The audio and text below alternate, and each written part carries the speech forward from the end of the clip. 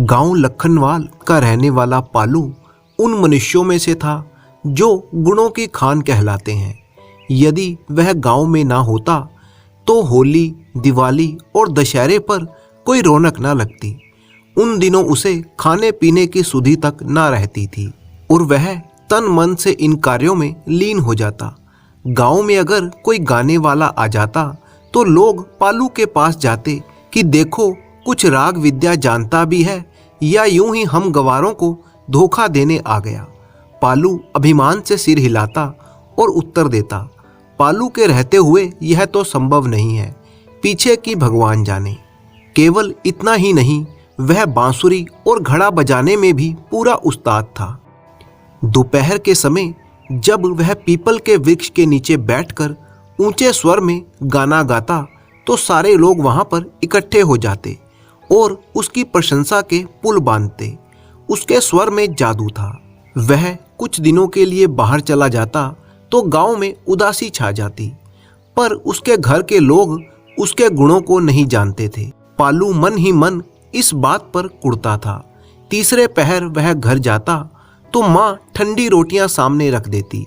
रोटियां ठंडी होती थी परंतु गालियों की भाजी गर्म होती थी। उस पर उसकी भाभियां तानों से कड़वी मिर्चें छिड़क देती। पालू उनके तानों से बिलबिला उठता, परंतु लोगों की सहानुभूति किसी मीठी मिश्री का काम दे जाती। वे 3 भाई थे, सुचालू, बालू और पालू। सुचालू गवर्नमेंट स्कूल में मास्टर था। बालू दुकान चलाता था। उसे लोग बालक राम कहते थे, परंतु पालू की किसी भी काम में रुचि नहीं थी। पिता समझाता, माँ उपदेश करती, भाई कठोर दृष्टि से देखते, मगर पालू सुना अनसुना कर देता और अपने रंग में ही मस्त रहता। इसी प्रकार पालू की आयु के 33 वर्ष बीत गए, परंतु कोई लड़की देने को तैयार ना हुआ। माँ दुखी होती थी, मगर पालू हंसकर टाल देता और कहता, मैं ब्याह करके क्या करूँगा, मुझे इन बंधनों से दूर ही रहने दो। परंतु विधाता के लेख को कौन मिटा सकता है। 5 मील की दूरी पर टांडा नाम का एक गांव था। वहां के एक चौधरी ने पालू को देखा तो वह लट्टू हो गया। रूप रंग में तो पालू सुंदर था और शरीर से मजबूत था। जात पात पूछकर अपनी बेटी उसको ब्याह दी। पालू के जीवन में पलटा आ गया।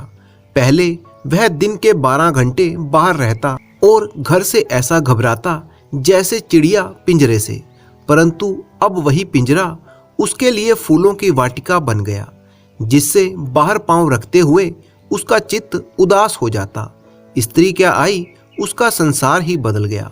अब ना उसे संगीत से प्रेम था और ना ही गाने बजाने से। लोग कहते, यार कैसा जोरूदास हो गया, कभी बाहर ही नहीं निकलता। क्या भाभी कभी कमरे से बाहर निकलने की आज्ञा नहीं देती? माँ कहती, बेटा ब्याह तो सबके होते आए हैं, परंतु तेरे जैसा निर्लज्ज किसी ने नहीं देखा कि दिन रात स्त्री के पास ही बैठा रहता है।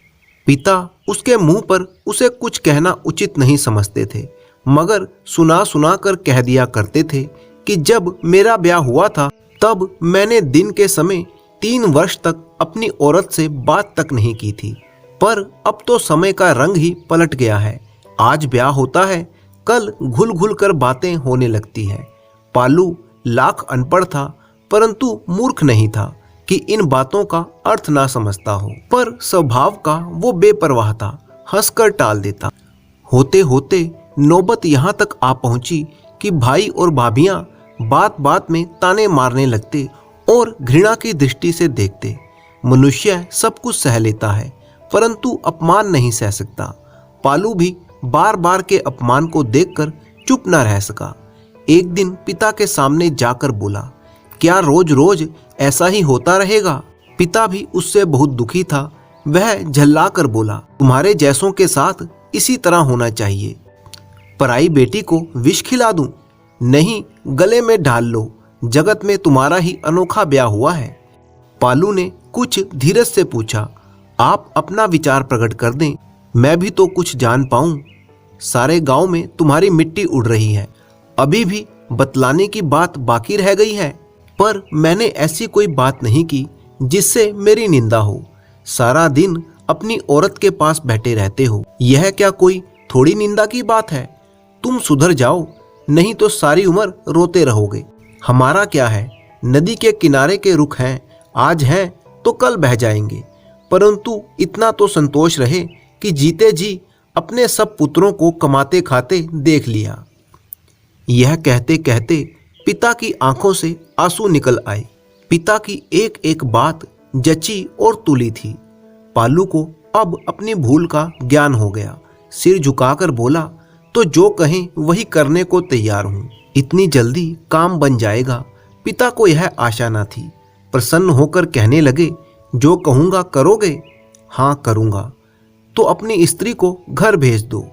पालू को ऐसा प्रतीत हुआ मानो किसी ने विष का प्याला उसके सामने रख दिया हो। यदि उससे कहा जाता कि तुम घर से बाहर चले जाओ और 1-2 वर्ष तक वापस ना लौटना, तो वह शायद मान जाता, परंतु इस बात से उसके अंतःकरण को बहुत ही दुख हुआ।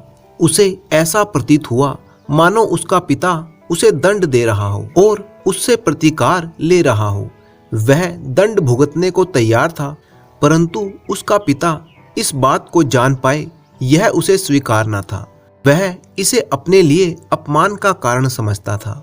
इसीलिए कुछ क्षण तक चुपचाप रहने के बाद उसने क्रोध से कांपते हुए उत्तर दिया, यह ना होगा। मेरी कुछ भी परवाह ना करोगे? करूँगा, परंतु अपनी पत्नी को घर ना भेजूंगा। तो मैं भी तुम्हें यहाँ पराठे ना खिलाता रहूँगा। कल से अपना किनारा कर लो। जब मनुष्य को क्रोध आता है तो सबसे पहले जीभ बेकाबू हो जाती है।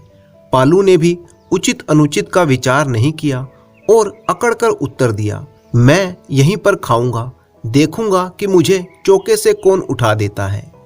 बात साधारण थी, परंतु दोनों के हृदय में गांठ बंध गई। पालू को उसकी पत्नी ने भी समझाया, माँ ने भी समझाया, पर उसने किसी की बात पर कान ना दिया और बेपरवाही से सबको टाल दिया। समय अपनी गति से बीता और पालू के पास अब 2 वर्ष का एक बालक था, जिस पर माता पिता दोनों न्योछावर थे। एकाएक उजाले में अंधकार ने सिर निकाला। गांव में विषुचिका का रोग फूट पड़ा, जिसका पहला शिकार पालू की स्त्री हुई और पालू की स्त्री का स्वर्गवास हो गया। पालू विलक्षण प्रकृति का मनुष्य था। धीरता और नम्रता उसके स्वभाव में बिल्कुल प्रतिकूल थी। वह बिल्कुल बेपरवाह था। जब पालू की पत्नी मर गई तो पालू एक बार फिर से चंचल हो उठा और फिर से वह बिल्कुल बेपरवाह रहने लगा। ये सब देखकर पालू के माता पिता ने दोबारा उसका विवाह करने की ठानी, परंतु पालू ने स्वीकार ना किया। माता पिता के बहुत कहने सुनने पर उसने कहा कि जिस बंधन से एक बार वह छूट चुका है उसमें दोबारा ना पड़ूंगा। गृहस्थ जीवन का सुख मेरी किस्मत में था ही नहीं। यदि होता तो मेरी पहली स्त्री क्यों मरती। अब तो इसी प्रकार जीवन बिता दूंगा। परंतु यह अवस्था भी अधिक समय तक ना रह सकी। 3 मास के अंदर अंदर पालू के माता पिता भी चल बसे। पालू के हृदय पर यह दूसरी चोट लगी। माता पिता के क्रियाकर्म से निवृत्त होकर वह रोता हुआ अपनी भाभी के पांव में गिर पड़ा और बोला, भाभी अब तुम ही बचा सकती हो, अन्यथा मेरे मरने में कोई कसर नहीं है। भाभी ने उसके सिर पर हाथ फेरा और कहा, मैं पुत्रों से बढ़कर तुमको चाहूंगी। क्या हुआ जो तुम्हारे माता पिता मर गए, हम तो जीते हैं। यह नहीं, मेरे बेटे को संभालो, मैं अब इस घर में ना रहूंगा। उसकी भाभी अवाक रह गई। पालू अब संपत्ति बांटने के लिए झगड़ा करेगा, उसे इस बात की शंका थी। परंतु यह सुनकर कि पालू घर छोड़कर जाने वाला है, उसका हृदय आनंद से झूलने लगा। मगर अपनी खुशी को छिपाकर वह बोली, यह क्या, तुम भी हमें छोड़ जाओगे तो हमारा यहाँ जी कैसे लगेगा। नहीं, अब यह घर भूत के समान काटने को दौड़ता है। मैं यहाँ रहूंगा तो जी ना पाऊंगा। मेरे बच्चे के सिर पर हाथ रखो। मुझे धन नहीं चाहिए, ना ही संपत्ति चाहिए। मैं संसारिक धंधों से मुक्त होना चाहता हूँ। अब मैं सन्यासी बनूंगा।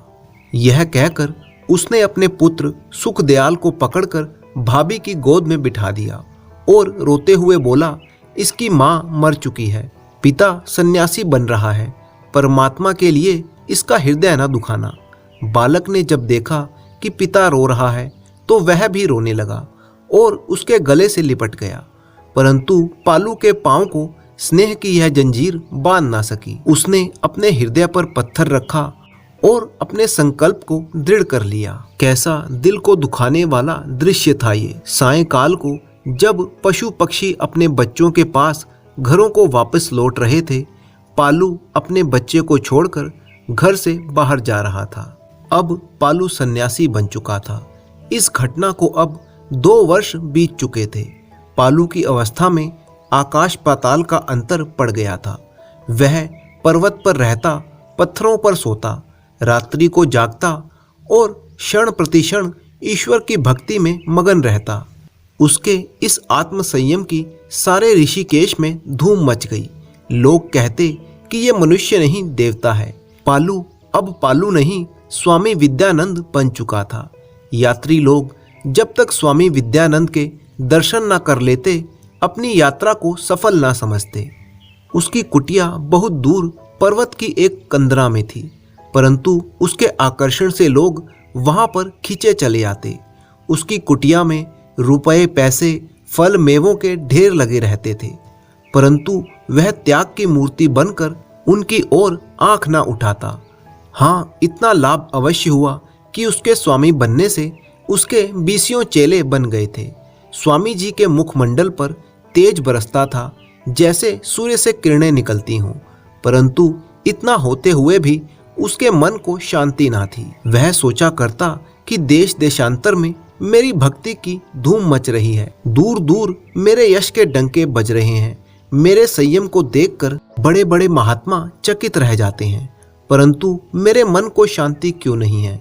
सोता हूँ तो सुख की निद्रा नहीं आती, जागता हूँ तो पूजा पाठ में मन एकाग्र नहीं होता।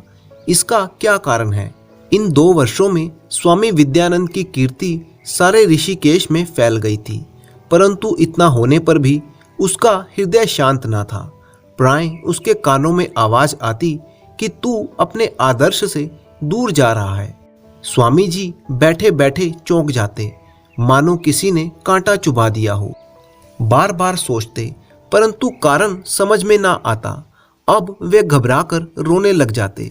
इससे मन हल्का हो जाता था, परंतु चित्त को शांति फिर भी ना होती। उस समय सोचते कि संसार मुझे धर्मा अवतार समझ रहा है, पर कौन जानता है कि यहाँ 8 पहर आग सुलग रही है। पता नहीं पिछले जन्म में कौन से पाप किए थे, जिससे अब तक आत्मा को शांति नहीं मिलती।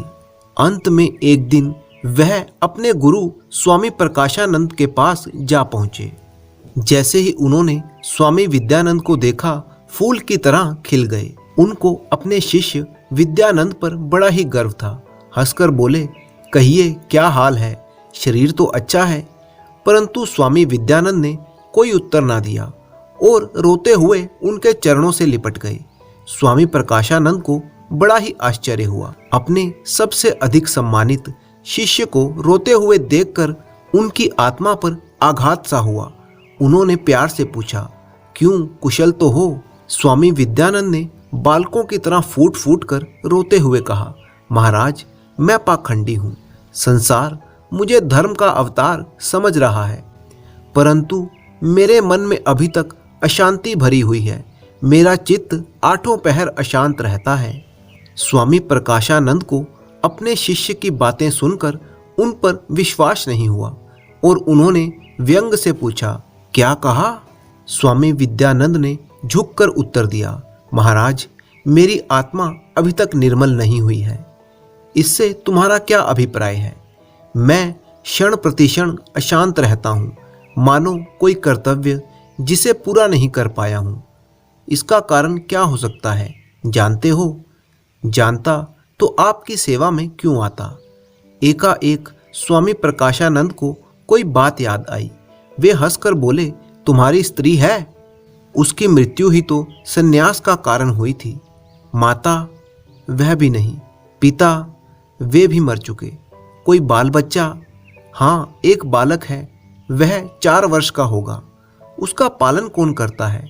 मेरा भाई और उसकी स्त्री। स्वामी प्रकाशानंद का मुखमंडल चमक उठा। हंसकर बोले, तुम्हारी अशांति का कारण मुझे मालूम हो गया। हम कल ही तुम्हारे गांव चलेंगे। दूसरी तरफ पालू के गांव में उसका एक मित्र था, भोलानाथ। लखनवाल गांव के लोग उसकी सज्जनता पर बड़े ही लट्टू थे। उसे पालू के साथ प्रेम था। जब तक पालू लखनवाल में रहा, भोलानाथ ने सदैव उसकी सहायता की। वे दोनों जोहड़ के किनारे बैठते, धर्मशाला में जाकर खेलते, मंदिर में जाकर कथा सुनते। लोग देखते तो कहते कि कृष्ण और सुदामा की जोड़ी है। परंतु पालू के चले जाने के बाद किसी ने भी भोलानाथ को खुलकर हंसते हुए नहीं देखा। भोलानाथ ने पालू का पता लगाने की बड़ी ही चेष्टा की, परंतु बहुत कोशिश करने के बाद भी वह सफल ना हो सका। तब भोलानाथ को पालू के पुत्र सुखदयाल का ध्यान आया। वह अक्सर पालू के भाई बालक राम के घर जाया करता और सुखदयाल को गोद में उठा लेता, उसे चूमता, प्यार करता और पैसे देता। कभी कभी उठाकर अपने घर भी ले जाता।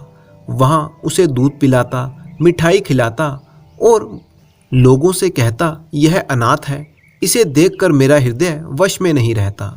पालू के बेटे सुखदयाल को भी भोलानाथ से बड़ा ही प्यार था, परंतु सुखदयाल के चाचा चाची उसके साथ बड़ी ही निर्दयता का व्यवहार करते थे और भोलानाथ का उसे प्यार करना तो उन्हें और भी बुरा लगता था।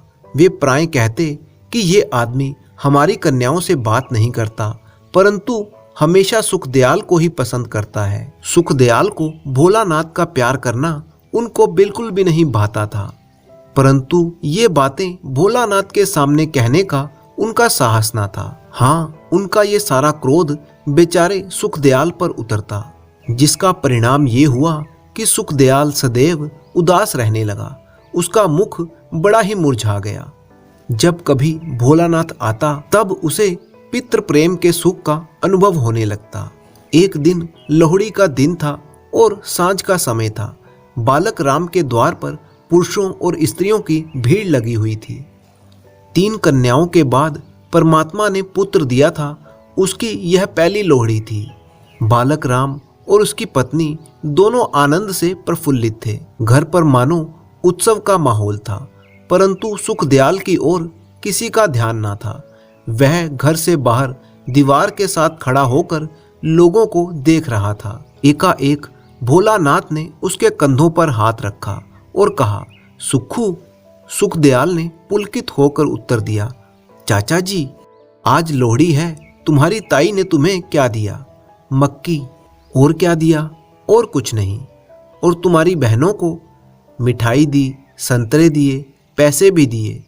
भोलानाथ के नेत्रों में जल भर आया।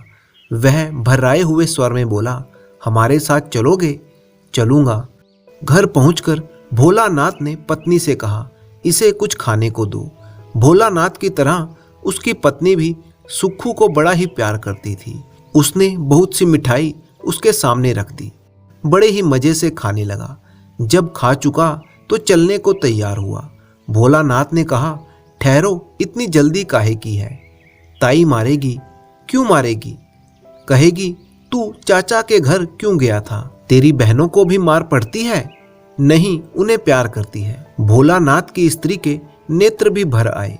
भोलानाथ बोले, जो मिठाई बची है वह जेब में डाल ले। सुखदयाल ने मिठाई की ओर देखा और उत्तर दिया, नहीं। क्यों? ताई मारेगी और मिठाई छीन लेगी। पहले भी कभी मारा है? हाँ, मारा है। कितनी बार मारा है? कई बार मारा है। किस तरह मारा है? चिमटे से मारा है।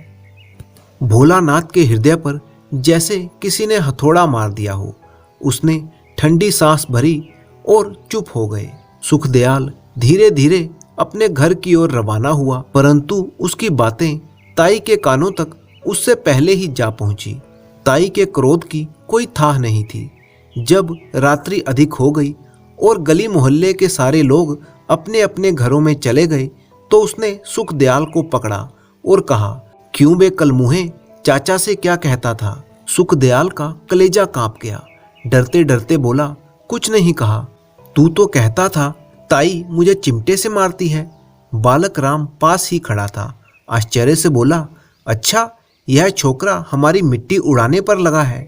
ताई ने कड़क स्वर में डांट कर पूछा, क्यों, बोलता क्यों नहीं? अब ना कहूँगा, अब ना कहूँगा, ना मरता ना पीछा छोड़ता, खाने को देते जाओ जैसे इसके बाप की जागीर है। ये कहकर उसने पास ही पड़ा हुआ बेलन उठाया।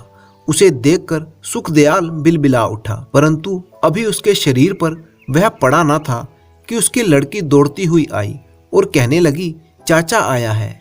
ये सुनकर वह कांप गई और बोली, कौन सा चाचा? बाहर आकर देखा तो दोनों स्तब्ध रह गए। जिस प्रकार बिल्ली को सामने देखकर कबूतर सहम जाता है, उसी प्रकार दोनों सहम गए। आज से 2 वर्ष पहले जब पालू साधु बनने के लिए विदा हुआ था, तब भाभी मन ही मन में बड़ी ही प्रसन्न थी, परंतु उसने ऐसा प्रकट किया था मानो उसका हृदय टुकड़े टुकड़े हो गया हो। जल्दी से बाहर निकली और बोली, पालू? परंतु पालू अब पालू कहाँ था? वह तो एक साधु बन चुका था, जिसके मुखमंडल पर तेज की किरणें फूट रही थी। भाभी सुखदेवी के मन को धीरज हुआ, परंतु एकाएक ख्याल आया कि यह तो वही है, वही मुख, वही आंखें, वही रंग, वही रूप, परंतु कितना परिवर्तन हो गया है। सुखदेवी ने मुस्कुराकर कहा, स्वामी जी नमस्कार करती हूँ। तो स्वामी जी बोले, भाई तनिक बच्चों को तो बुलवाओ, देखने को जी करता है। सुखदेवी अंदर को चली, परंतु मन ही मन में वह डरी हुई थी। सोचती थी, यदि बालक सो गए होते तो कितना अच्छा होता, सब बातें ढकी रह जाती।